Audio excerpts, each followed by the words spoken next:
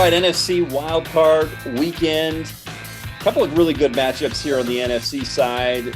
We might not start with the best one with the Bears and the Saints on Sunday. I can't imagine anyone picking the Bears in this of the three of you. Let's start with Bob. What do you think? I'm picking the Bears. No, I'm not. No, I'm not.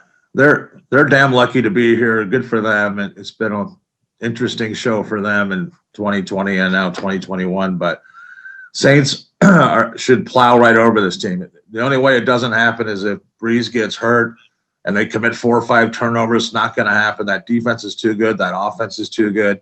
And the Bears aren't good at all. Katherine? Yeah, as much as the rebellious teen in me wants to pick the Bears, I also agree the Saints are going to have this one so easily.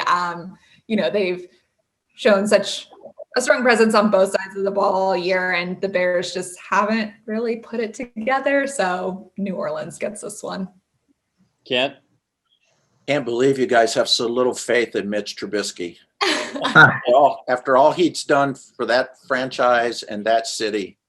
But yeah, the Saints are 10-point favorite for a reason. I think they're going to win this going away. It'll be a really boring game. It'll be over early. Saints. It's the pieces around Mitch that really get to me, All right, Saturday, it's an NFC West matchup. Rams and Seahawks. Again, the Cardinals were obviously, surprised with last weekend and the defense for the Rams clicking. Katherine, what do you think about this? And can the Rams go into Seattle and do some damage? Yeah, I think this is the game on the NFC side I'm most excited to watch, partially just from having more familiarity with these teams and being intrigued by this matchup.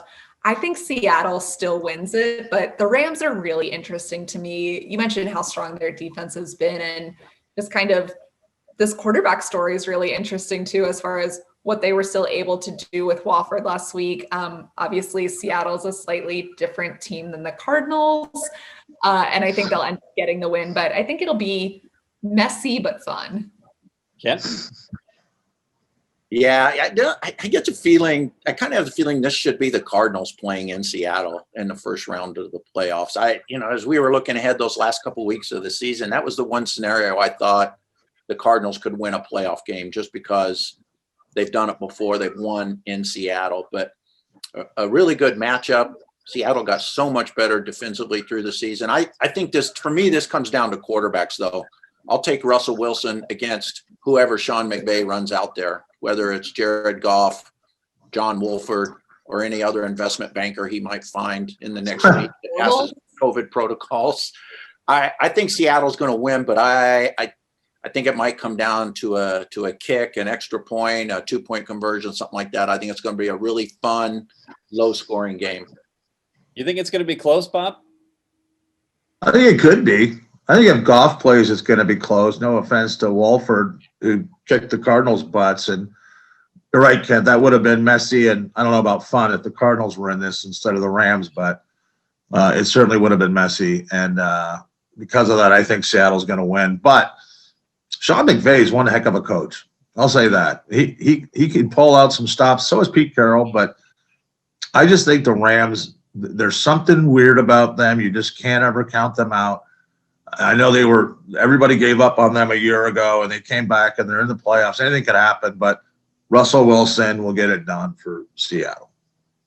And the last matchup, some think is even more intriguing than the Rams and Seahawks, but the Tampa Bay Buccaneers and the Washington football team. It's the hot topic one because of what Chase Young said, after the game. But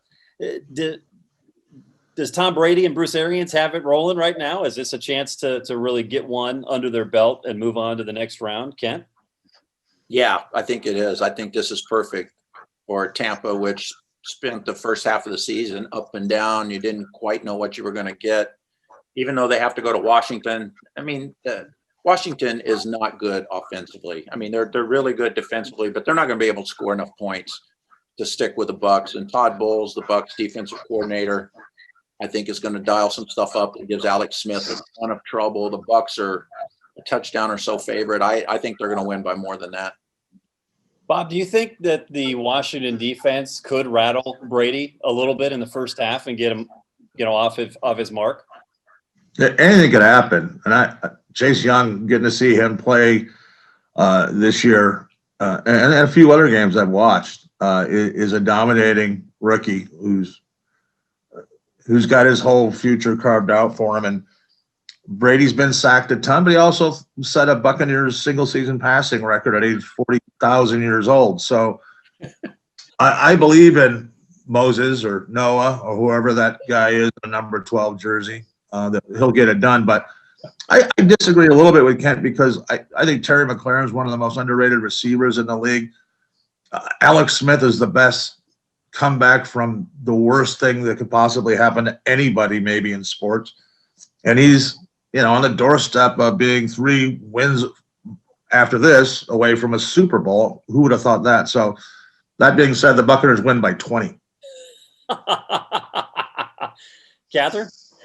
It's tough because Washington's obviously so battle tested by the NFC East. You really, have to look into that for them. But no, I think that also Tampa definitely wins this one. I think while, we kind of agree, Seahawks Rams will probably be messy. This will definitely be messy. I think it'll just get kind of weird. But I want to see what Bruce Arians does in this matchup. I like what Chase Young had to say. I think that makes it fun. So I don't think it changes the results too much, but like a little spice in my playoff mix. Now I'm left wondering, is Tom Brady more like Moses or more like Noah? I got to go brush. If it rains, he's more like Noah. But if it's messy and fun, that describes my general weekends overall. And it should be a super wild card weekend for Bob as he enjoys the football. The 6 games all weekend long.